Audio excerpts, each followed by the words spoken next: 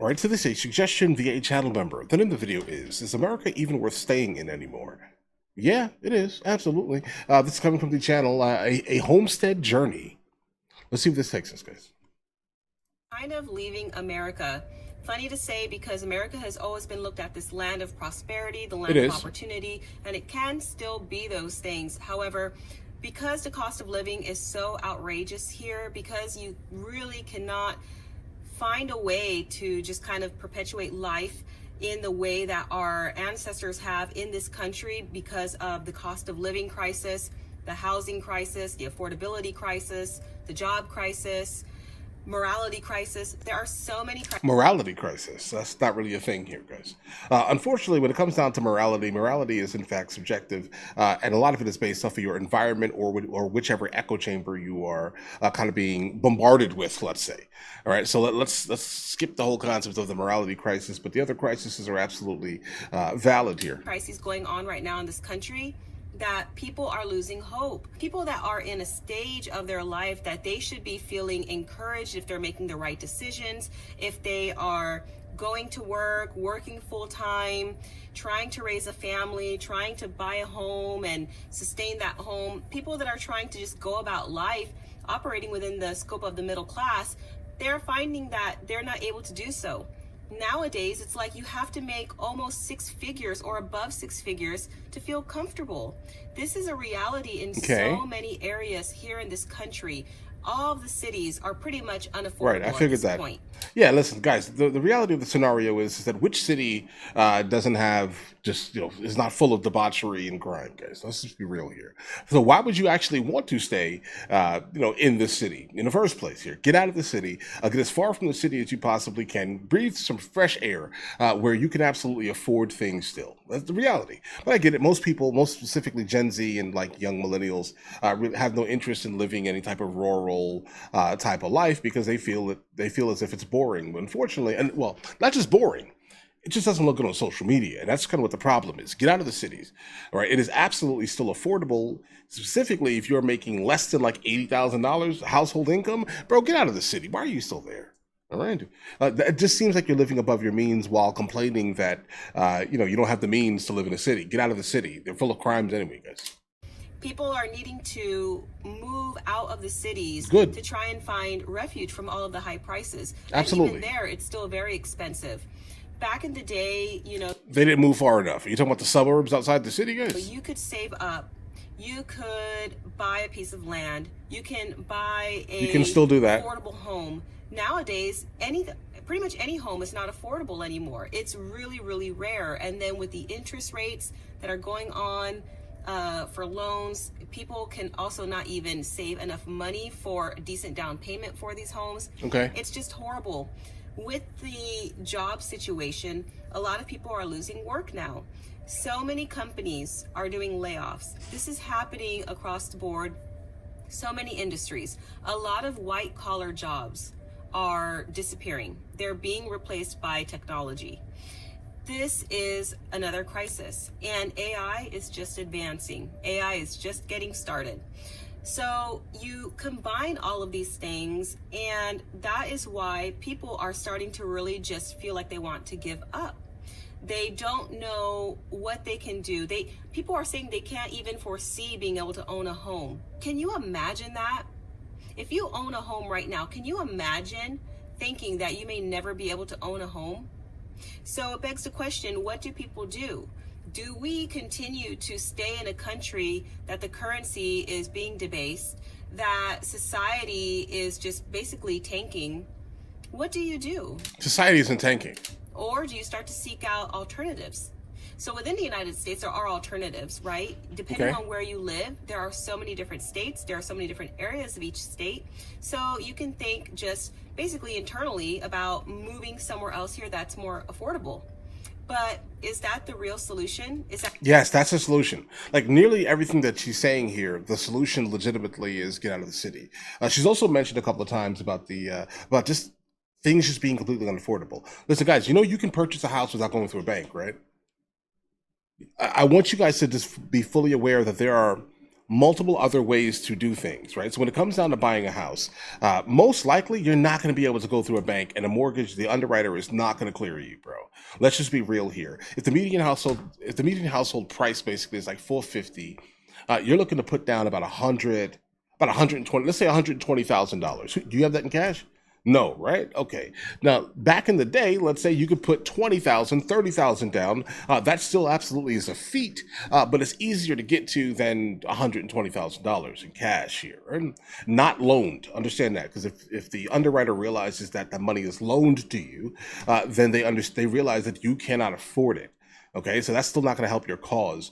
So the smartest thing, seriously, to do is to owner finance or seller finance that property. Okay, I own multiple properties through the process of seller financing, where you just basically put down a much smaller percentage, and sometimes you can even find houses for 0% down. Understand this here, guys.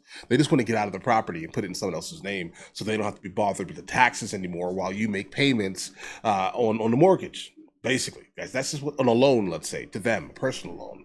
And what happens immediately when you go through the process of seller financing is the house is now deeded to you. The title is in your name, guys. You already own that house. If you want to go to the bank and basically do some type of HELOC loan, let's say, and take all the equity out of the house the day you get it, you can do that, guys, all right? So understand here. There are so many ways to get around a lot of the things that she's saying. I wish that she kind of took the time at least to educate her viewers, at least here, guys. I think that she's delivering her points very well here. Also, secondly, she mentions that land can no longer be purchased. Guys, I'm not trying to make this any type of sponsored video or promote any type of company, but guys, landwatch.com, you in fact can also seller finance many acres of land, if that's your thing, at any time of the day, guys. Listen, some of the payments are like $100 a month, like 0% interest. Understand that everything is still plausible, but how things need to get done are massively different. That's all I'm gonna say here, guys. Moving somewhere else here that's more affordable.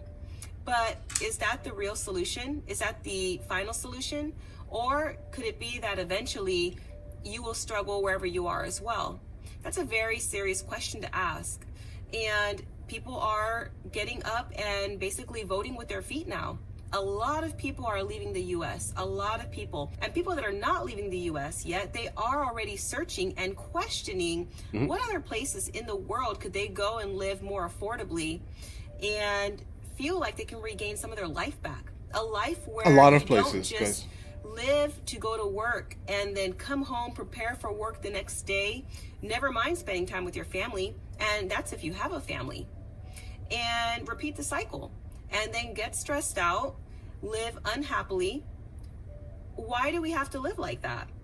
So it's not about not working hard. It's not about a lazy generation. It's about doing the same things, the same type of hustle that all of these past generations have been doing, and not being able to get ahead, not being able to see the fruit of your labor, not being able to make advances in your life to perpetuate hope, to keep you wanting to go on.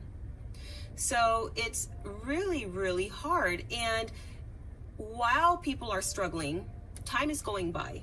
Things are getting worse. The country's getting more and more in debt. That's true. At what point is it too late? Is it already too late? Have we already passed, that point of no return? Yes, we're in fact in some form of late stage capitalism. Is it ever going to go back to what we all knew? No. Why? How can the prices go down when we already printed trillions of dollars, guys?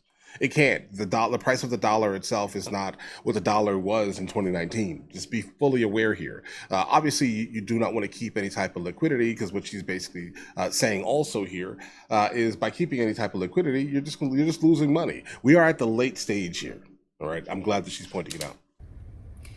It is something we should be asking ourselves. This is a conversation that we should be having with our loved ones, and we should be asking those hard questions, because things are so unaffordable here in this country that something has to give.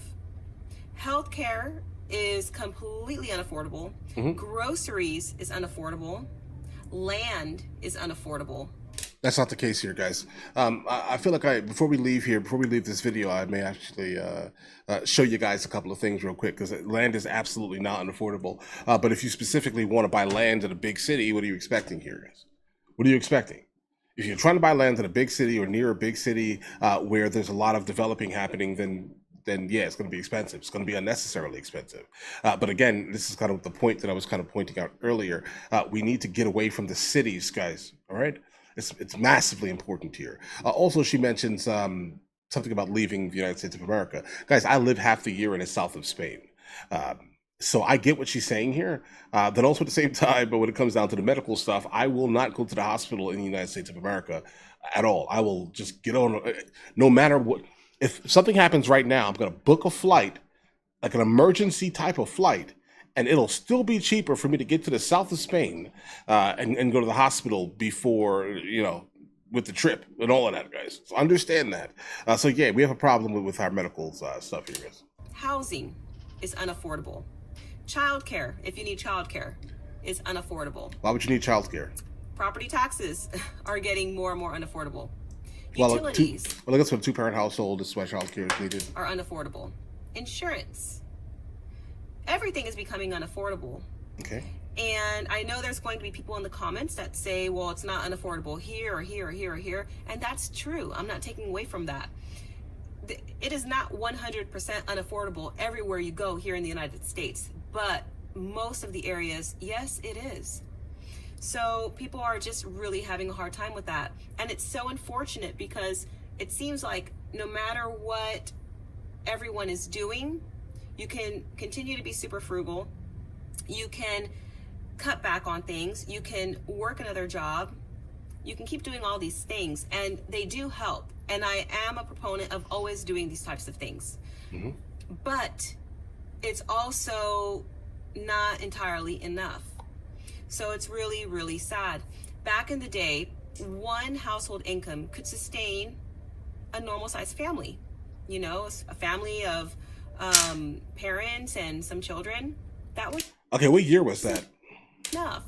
Nowadays, you have to make, like I said, like over 6 figures, right, to be able to make it. Okay, we're going to stop the video here, guys. She's not wrong here. She's absolutely right here. But you have to think about what happened during this time here. Like, we can blame inflation, we can blame the economy, but for some reason we're not blaming, what happened, right? I mean, when you decide to basically drop half the population, for the most part, into the workforce, and then also at the same time subsidize some of these people, specifically with government assistance, what are you expecting here? You're making it so now we doubled the entire population of workers, the tax base doubled, okay? The amount of people looking for housing has doubled. Based off the supply and demand by itself, everything was going to get more expensive. So now if we want to start talking about the root causes of things, we should definitely stick with some of the root causes of things rather than kind of going around them and blaming everything else other than the literal fact here. She points out that back then, one person could do it. Yeah, because there wasn't an entire... the other side of the population, for the most part, was not completely filling the job markets, right? You're wondering why your wages have been stagnant? Because they can fire you and hire someone else. Because there's so many people consistently looking for jobs. You can't wonder why, right? Without actually sitting down and looking at root causes. The root causes of things are incredibly important in some of these scenarios here, guys. Okay, it's important. But I get it. It's a tough conversation. No one wants to have it. So I'm not going to have it here. Okay, just understand. We cannot go. And I'm not saying that the other half of the population needs to obviously not work, but you understand the repercussions of dumping half the population onto the workforce, guys, and into the commercial market. You get what I'm saying here? Understand this here. The prices are going to go up for everything. Cars, all the assets are going to go up. Supply and demand, guys. Life. Right? There is no going back from that. If you want to go back from that, you go to another country that is outside of the West, and oddly enough, they're experiencing what we used to have. So understand that. But either way, listen, guys, let me know in the comments what you guys think. If you guys are new here, please like and subscribe. In the meantime, I'll catch you guys later.